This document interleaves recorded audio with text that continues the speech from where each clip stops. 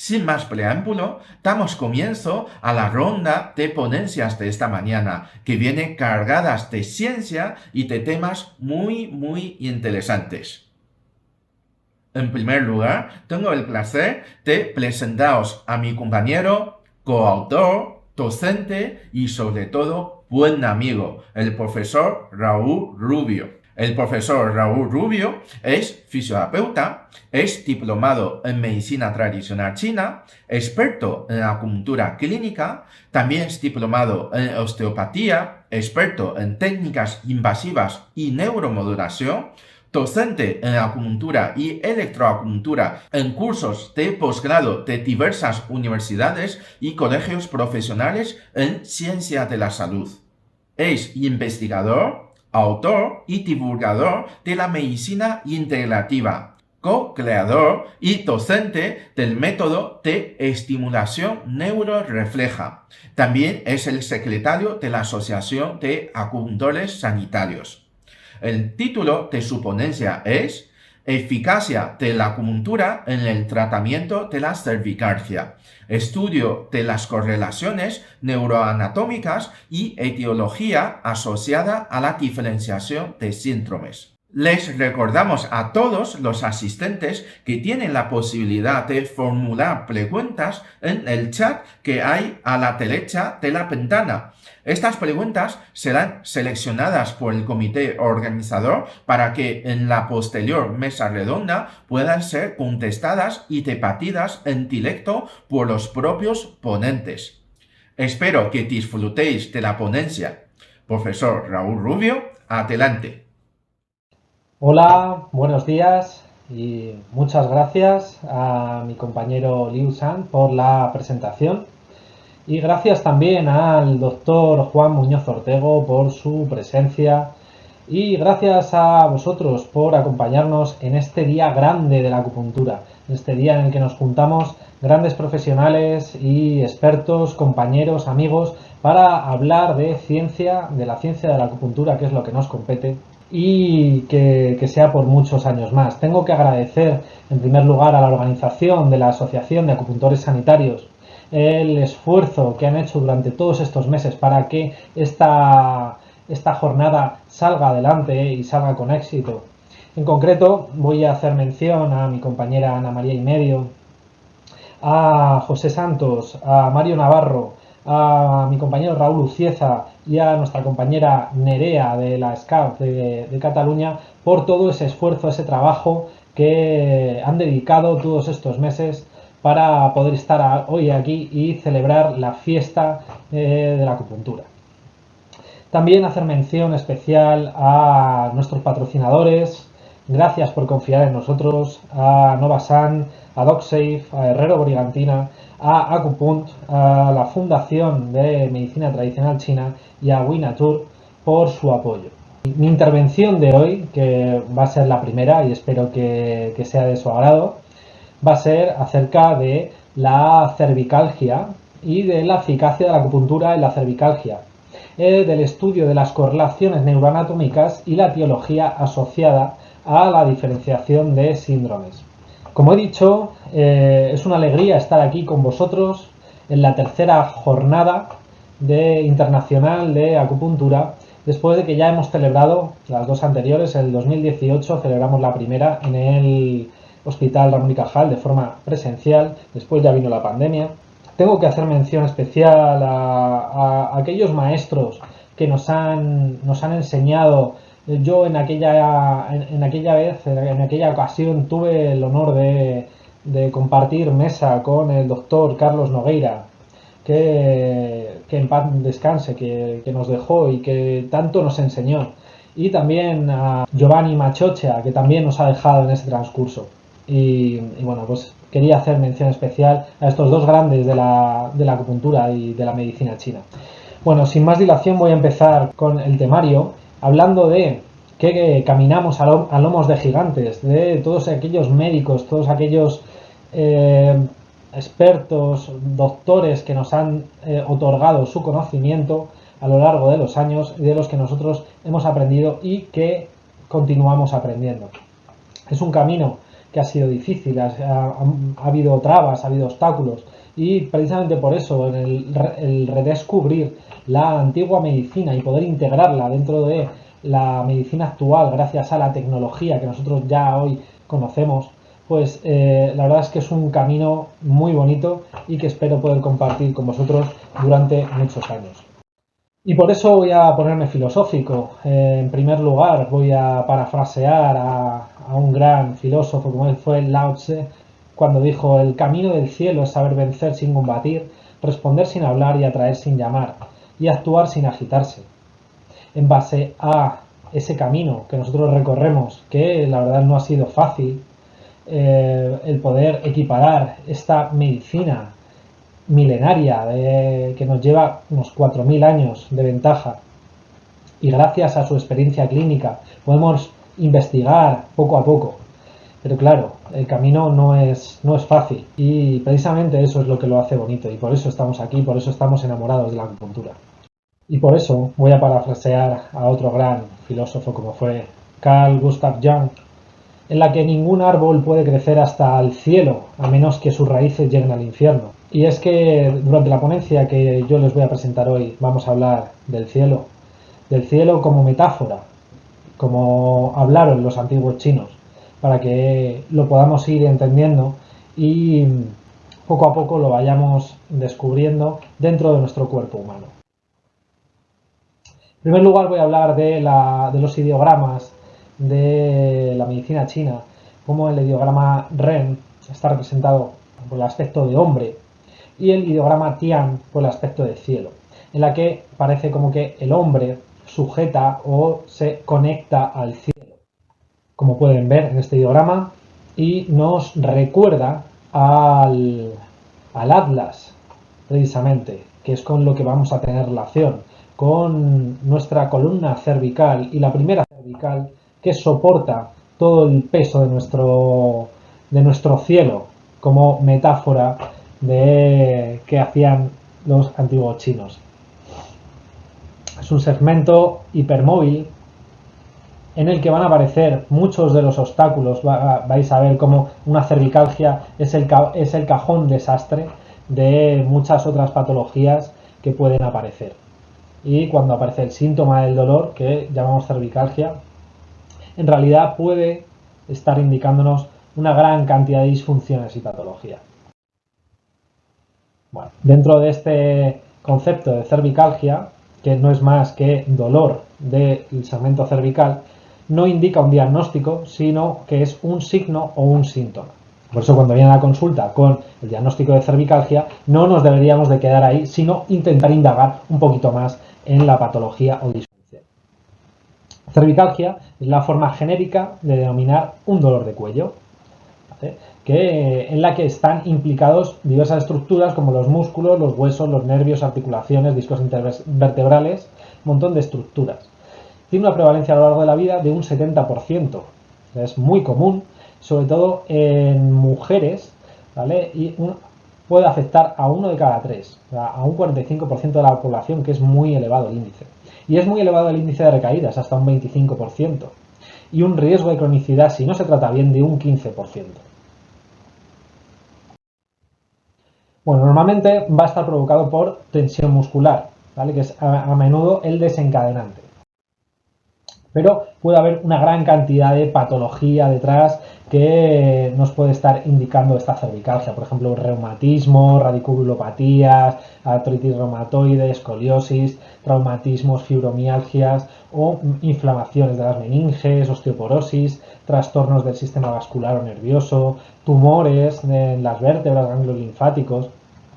Distinguimos 3 tipos de cervicalgia. Según su cronicidad, puede ser cervicalgia aguda, que lo llamamos tortícolis, o el famoso latigazo cervical, que ocurre cuando hay un accidente de tráfico, o el llamado síndrome de escaleno anterior. Tiene una duración de hasta 3 semanas, que es lo que consideraríamos como una cervicalgia aguda. Una cervicalgia subaguda sería un dolor persistente de 4 a 12 semanas. Y una cervicalgia crónica más allá de 12 semanas. Pero quiero puntualizar que, y debemos de enseñar a nuestros pacientes, que un dolor crónico no quiere decir que que sea intratable y que no sea, es decir, solo habla del periodo de tiempo, es decir, se puede tratar y se le puede quitar, es decir, que no es para toda la vida, vaya. Tenemos la etiología desde la medicina occidental, que nos habla de que puede haber una alteración muscular, que es lo más habitual, o puede ser debido a una alteración de la postura, una tensión neural, puede ser alteraciones neurovasculares por simpaticotonías o por sensibilización central, por estrés crónico, ¿vale? O por dolor referido de origen visceral. Entonces esto lo vamos a poner en relación con la medicina tradicional china, que nos habla de los factores climáticos, en concreto el viento, el frío, la humedad, o lo que llaman el bloqueo de chi sangre o estancamiento de chi sangre, que no es más que traumatismos o malas posturas, como vamos a ver, o inflamación de ciertas estructuras, los factores emocionales, en los que implica el eje del estrés o un estado anímico depresivo o frustración. Y luego también lo que llaman la debilidad constitucional o debido a una dieta inadecuada o factores de los órganos internos.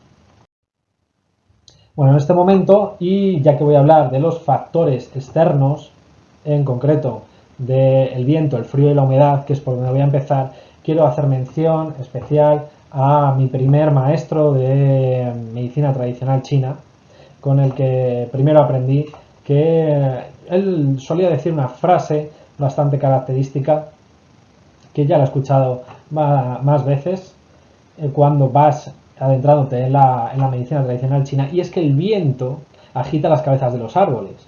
¿Vale? Esto puede parecer algo muy obvio, pero cuando le das ese sentido metafórico, le vais a dar otro punto de vista.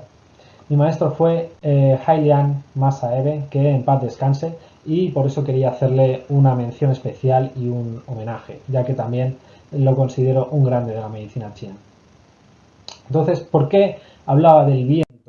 Bueno, pues vamos a hablar de los factores climáticos. Aquí tenemos un estudio realizado en Noruega, en el que habla de la variación de los factores climáticos y cómo afecta a los dolores crónicos de cuello de los trabajadores que estaban expuestos al frío. En concreto, se hizo un estudio a 6.533 hombres y mujeres entre 30 a 67 años y que padecían dolor crónico de cuello durante los 3 últimos meses, pues 779 fueron positivos a esos cambios de tiempo. Por lo tanto, el estudio concluye que el dolor crónico de cuello efectivamente se asocia al trabajo en el frío o alteraciones en la climatología.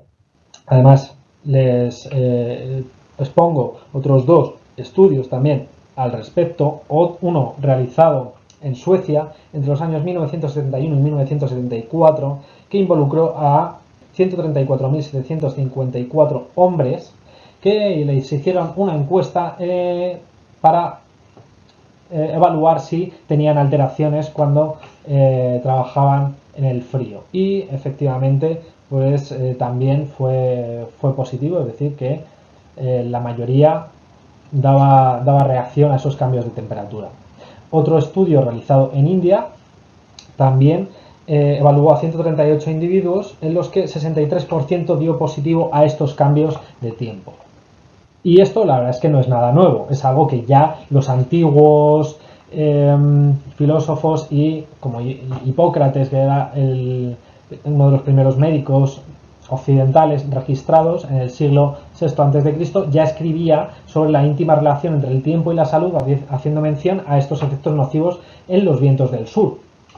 ¿Vale? Y la Organización Mundial de la Salud y la Organización Mundial de Meteorología también vienen prestando especial atención desde 1975 a esta electricidad atmosférica y a los procesos de ionización a la baja atmósfera por la clara repercusión en la salud de las personas.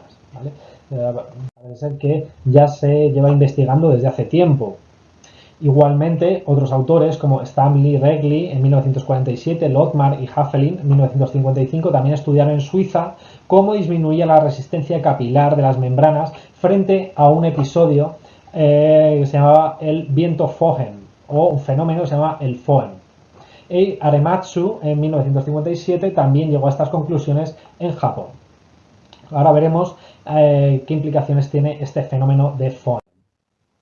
En 1974, William Thum demostró que estos episodios de viento Foehn en la cordillera de los Alpes se encuentran relacionados estadísticamente con un aumento de agresividad social y tasa de suicidios, mientras que Larkan hizo un estudio sobre 700 casos en las que hubo tentativas de suicidios demostrando una correlación existente entre el fenómeno suicida y el viento Foehn, ¿vale? Y una relación entre el mismo fenómeno también como agravamiento de neurosis y crisis esquizofrénicas. Entonces, en este punto yo ya me doy cuenta de que mi maestro Hailian parece que tenía algo de razón al decir que el viento agita las cabezas de los árboles o las copas de los árboles en relación a este factor climático. Y bueno, y no es de extrañar que en ciertos sitios que haya más viento, pues haya un aumento de casos de este tipo. De hecho, en concreto, esta semana he tenido a una paciente que se fue a vivir a Gibraltar y desde que se ha ido a Gibraltar presenta mayor patología a nivel de cervical. Bueno, os quiero expresar cómo es el efecto Foehn, que es un tipo de viento en el que el viento sube por la ladera de Barlovento y se va cargando, va evaporándose el agua que lleva y baja con un aire seco descendente por la ladera de Sotavento. Entonces, parece que baja con una carga ionizante muy potente y eso afecta a las personas cuando están expuestas durante mucho tiempo. Vamos a continuar entonces ahora con los bloqueos de chi y sangre de los que habla la medicina china, que es el típico estancamiento de chi y sangre, es debido principalmente a traumatismos o a una postura inadecuada. Traumatismos como pueden ser alteraciones estructurales, ya sean musculares, ligamentarias o tendinosas o óseas, ¿vale? Estos los típicos síndromes facetarios.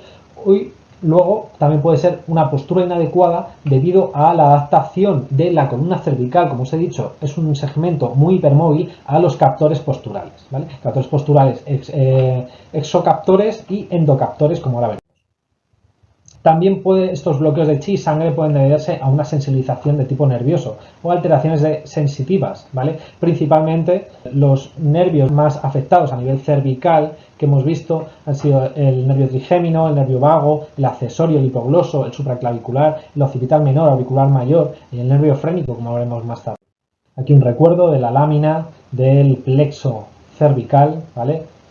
Y como veis, la columna cervical está altamente inervada y además de vascularizada. También puede ser un problema neurovascular. Bueno, en esta lámina, como veis, el flujo que hay de canales energéticos del cuerpo hacia la cabeza, ¿vale? Que sería la cabeza sería el cielo y todo este flujo energético de canales por donde van pasando todos los canales Yang se puede ver bloqueado. Por tanto, un dolor de cervical puede expresar una alteración en cualquiera de los meridianos implicados, como veis. Bueno, y a continuación hablaré de los traumatismos o alteraciones musculoesqueléticas debidos a golpes, por ejemplo, accidentes de tráfico, como es el famoso whiplash, que se produce por una hiperextensión y una hiperflexión derivada de ese golpe, ese choque, ¿vale?, en accidentes de tráfico, y suele presentar una rectificación de la columna cervical, una adaptación a ese impacto.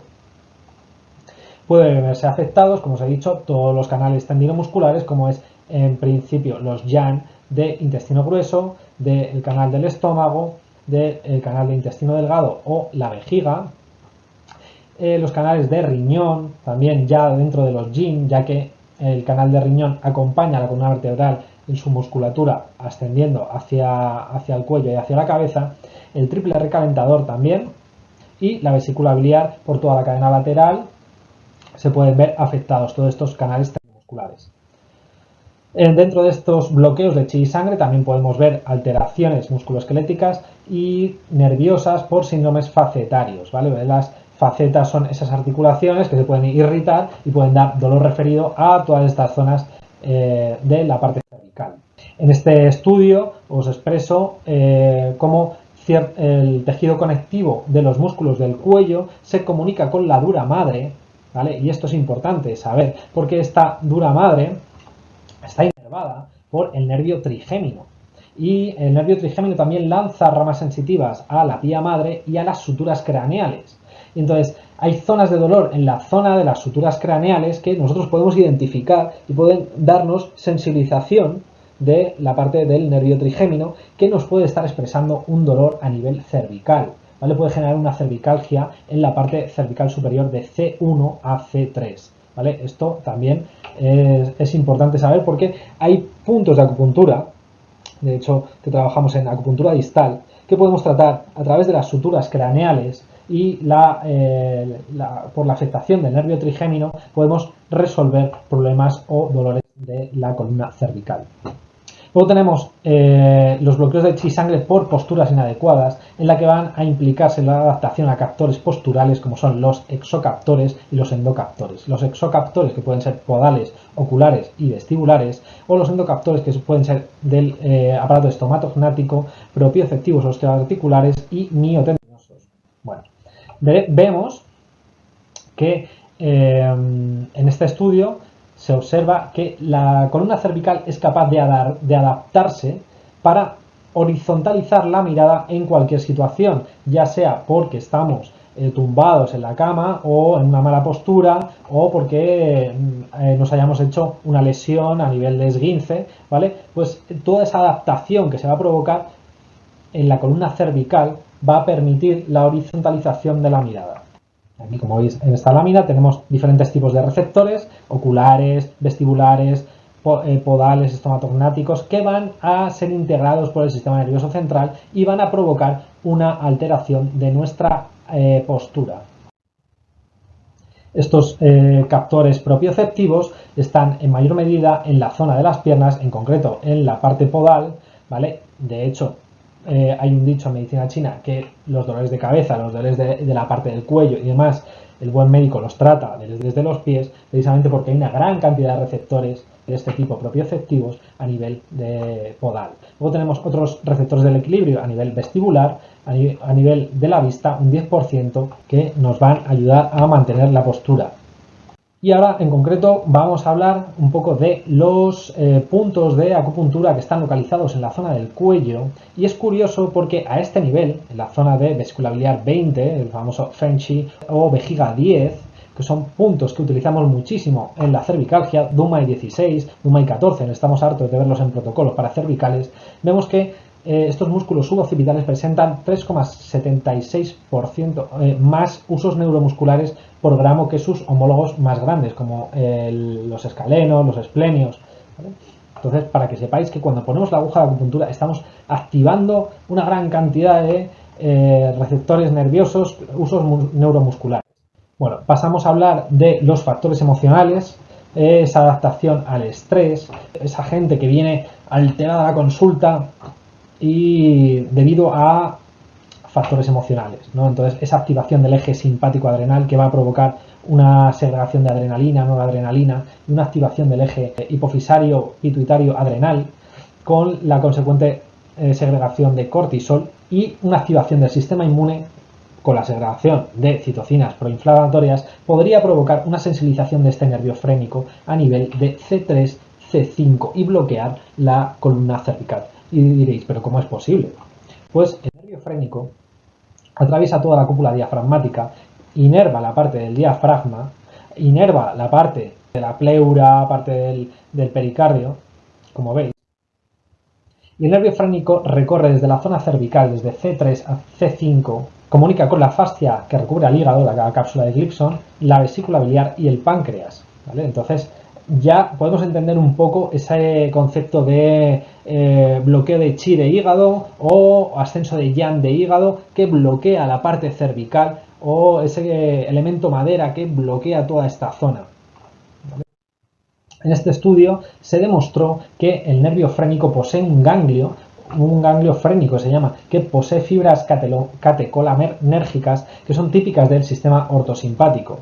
Y también se demostró que este nervio frénico derecho se anastomosa al plexo celíaco derecho y a la glándula suprarrenal derecha. Curioso cuando la medicina china habla de riñón yin y riñón yang, y precisamente el riñón yang es el derecho. Esto es importante porque claro, una activación del eje del estrés puede provocar, como os digo, una sensibilización del nervio. Vale, y luego podemos hablar de debilidad constitucional en dolores referidos de las vísceras cuando hay una alteración de ciertas vísceras. Bueno, como sabemos, pues la cervicalgia puede venir dada por mucha otra patología, como puede ser de pulmón, de esfumadores o alteraciones del diafragma o, por ejemplo, una alteración del corazón, un ataque cardíaco puede dar dolor a la cervical o a la parte del hombro, precisamente porque el nervio frénico pasa por esa zona. Y luego igualmente también el nervio vago también podría estar implicado.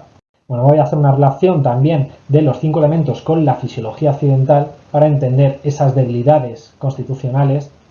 Entonces empezaré por el elemento madera, cómo puede estar relacionado, ¿vale?, con estas cervicalgias desde los meridianos tendinomusculares, ¿vale?, la cadena biodinámica lateral, las alteraciones tendinosas y ligamentarias, los dolores referidos viscerales, como os he dicho, del hígado, de la vesícula biliar, a toda esta zona, ¿vale?, a todo este segmento, debido a ese estrés crónico y a esa activación del eje hipofisario pituitario adrenal. Y luego la adaptación de estos captores oculares. El fuego puede estar representado por los meridianos tendinomusculares del fuego, del intestino delgado, la cadena biodinámica posterior profunda del brazo, y luego por alteraciones neurovasculares, por dolor referido visceral, también, como os he dicho, de corazón, de intestino, debido al nervio vago o del nervio frénico, y factores psicosomáticos, por supuesto. Luego, el elemento tierra puede estar representado por el meridiano tendinomuscular del estómago, como habéis visto, y a través de la cadena biodinámica espiral, por alteraciones musculares o por una deficiencia alimentaria, por dolores referidos viscerales también, que pueden ser de la parte del estómago y pueden dar a la zona central, y por adaptación de captores del sistema estomatognático, ¿vale? También puede alterar la biomecánica de la cervical. Los meridianos tendinomusculares representados del metal, sobre todo del intestino grueso, ¿vale?, en la cadena biodinámica posterior superficial del brazo, también puede estar afectado por la mecánica ventilatoria del diafragma, que no haga una buena función, entonces puede afectar al nervio frénico y sensibilizarlo. Y dolores referidos viscerales también del nervio frénico, como os he dicho, el nervio vago, adaptación a captores táctiles. Y luego, por último, el reino del agua está representado por los meridianos tendinomusculares de la vejiga principalmente y del riñón, que también comunican con la cervical, en la cadena biodinámica posterior superficial. Puede haber alteraciones estructurales óseas, puede haber osteofitos, problemas de disco, tensión neural, dolor referido visceral, incluso de la próstata, porque el nervio frénico llega a conectar con la próstata. Y también puede estar afectado por el estrés crónico, por esta afectación del eje del estrés, por sensibilizaciones centrales y por esta adaptación de los captores podales y vestibulares. Vamos a hablar un poco de la evidencia científica de la acupuntura, en la que os pongo este metaanálisis en el que fue analizado la eficacia de la acupuntura de la cervicalgia a través de una revisión sistemática y metaanálisis en 14 estudios, en el que se concluye que la acupuntura fue superior a la acupuntura falsa, la acupuntura SAM, sobre todo a corto plazo.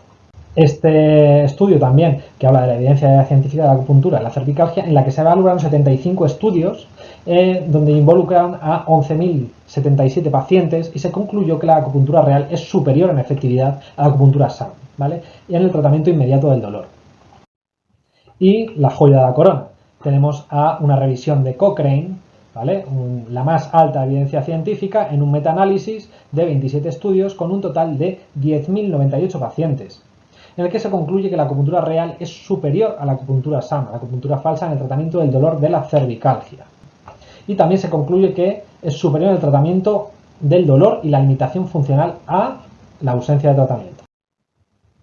Bueno, ya para terminar les voy a enseñar un poco por lo que he empezado tan metafóricamente, ya que los puntos que os he comentado que están a lo largo del cuello, llamados los puntos Tian o puntos ventana del cielo, tienen una gran influencia sobre, además de la columna cervical, también sobre el estado de ánimo, las emociones y los pensamientos.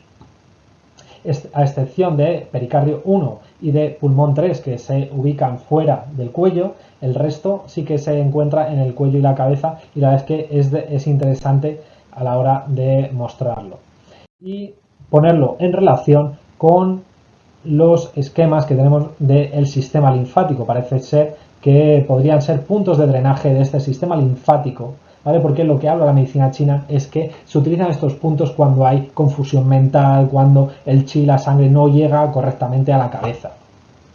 Y como veis, la columna cervical es un sistema adaptativo perfecto en el que la matriz extracelular se va adaptando y va nutriendo de una forma como si fuese arquitectónica, y tal como decía Lao Tse, quiero volver a terminar con él cuando él decía que la arquitectura no son 4 paredes y un tejado, sino que es el espacio y el espíritu que se genera dentro. Y aquí terminamos, os voy a dejar con mis compañeros, espero que os haya gustado la ponencia y que sea una jornada realmente provechosa. Vuelvo a dar las gracias a los patrocinadores que nos han ayudado a que esto sea posible: Novasan, Herrero Brigantina, DocSafe, Acupun, la Fundación de Medicina Tradicional China y Winatur. Y sin más por hoy, simplemente agradecer vuestra escucha y nos vemos muy pronto, que queda mucho día por delante. Muchas gracias.